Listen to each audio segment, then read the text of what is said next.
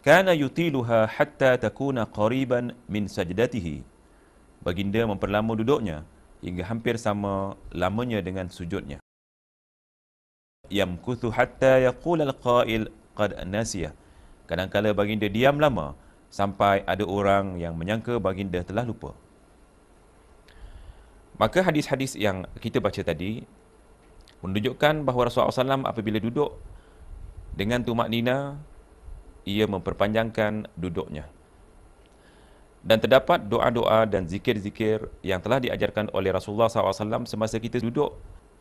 Dan di antara doa-doa dan zikir-zikir yang kebiasaannya yang dibaca oleh Rasulullah SAW dan sewajarnya kita tiru agar solat kita mengikut sunnah, ialah zikir-zikir tersebut.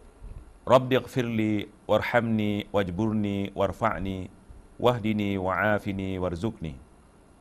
Maksudnya, ya Allah, ampunilah aku, kasihanilah aku, lindungilah aku, angkatlah darjatku, berilah aku petunjuk, jadikanlah aku sihat dan berilah aku rezeki.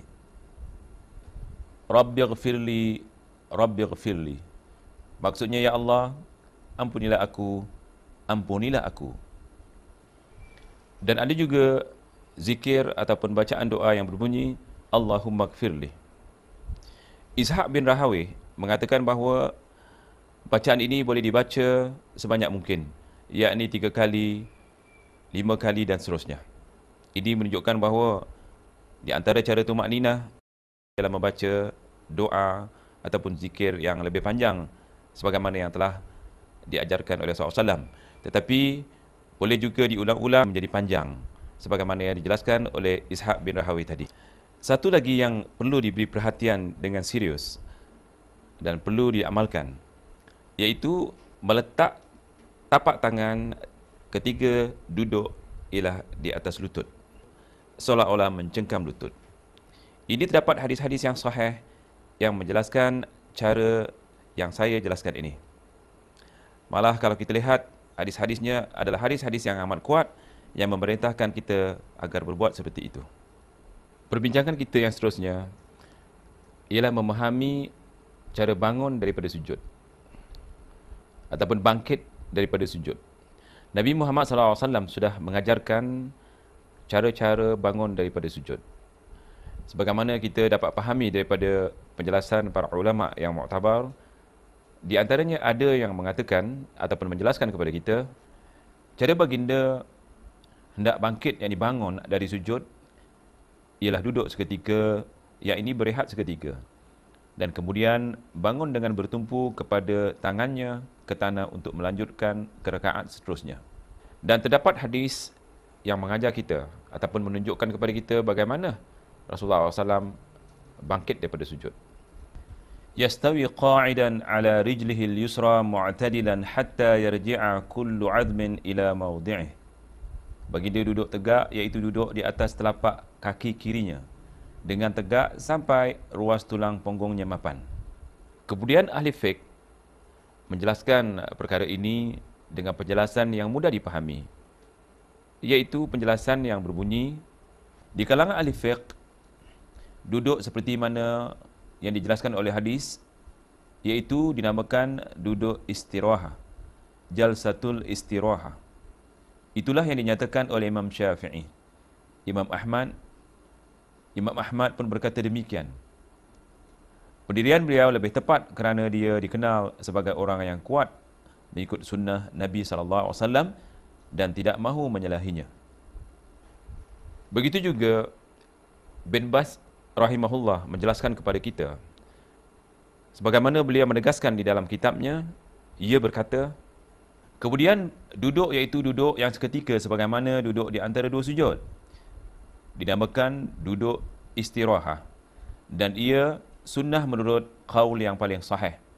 Jika meninggalkannya tidak ada kesalahan dan tidak ada zikir atau doa ketika duduk istirahah. Kemudian ada cara yang ditunjukkan oleh Rasulullah SAW ketika ingin bangun, iaitu dengan cara ajin. Ajin ataupun ta'jin, iaitu menekan ketika ingin bangun sambil mengepal tangan, kemudian ditekan, maka terus bangun. Cara ajin adalah dua. sama ada mengepal, ditekankan ke tanah, ataupun dengan meluruskan tangan dihadapkan ke kiblah, juga menghadap kiblah, kemudian terus bangun. Maksud saya, tangan dihadapkan ke kiblah, terus bangun.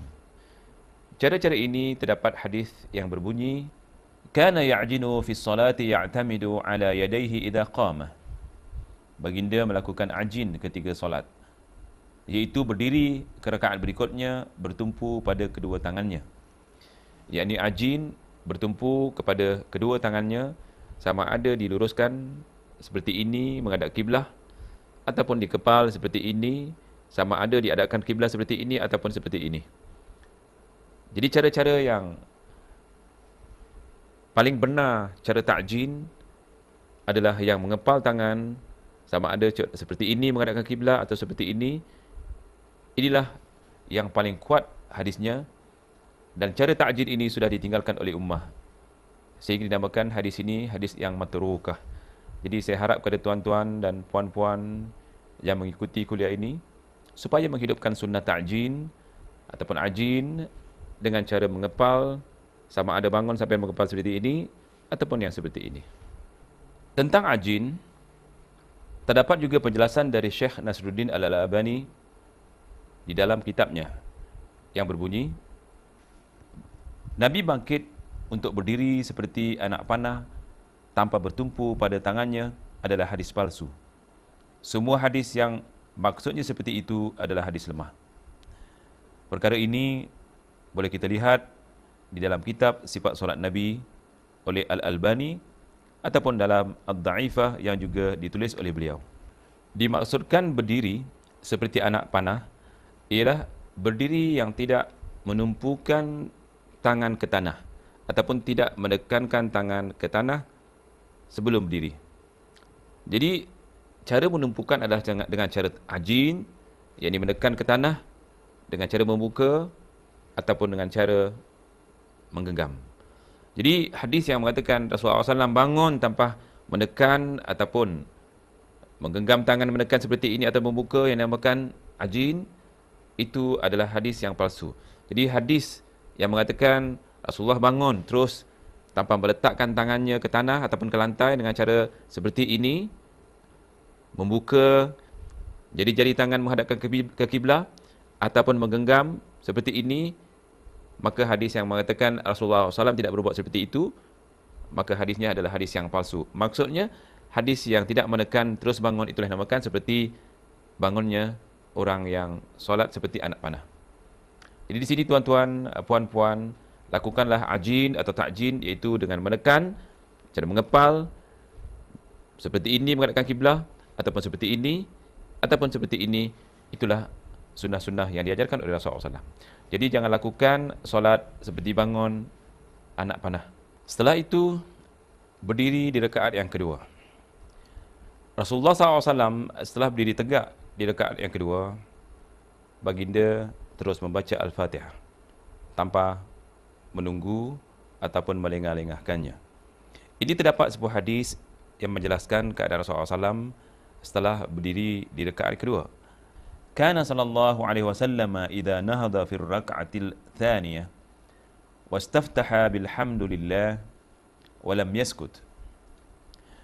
Ketika telah berdiri pada rakaat kedua, Nabi SAW memulakan dengan membaca Alhamdulillah tanpa diam terlebih dahulu.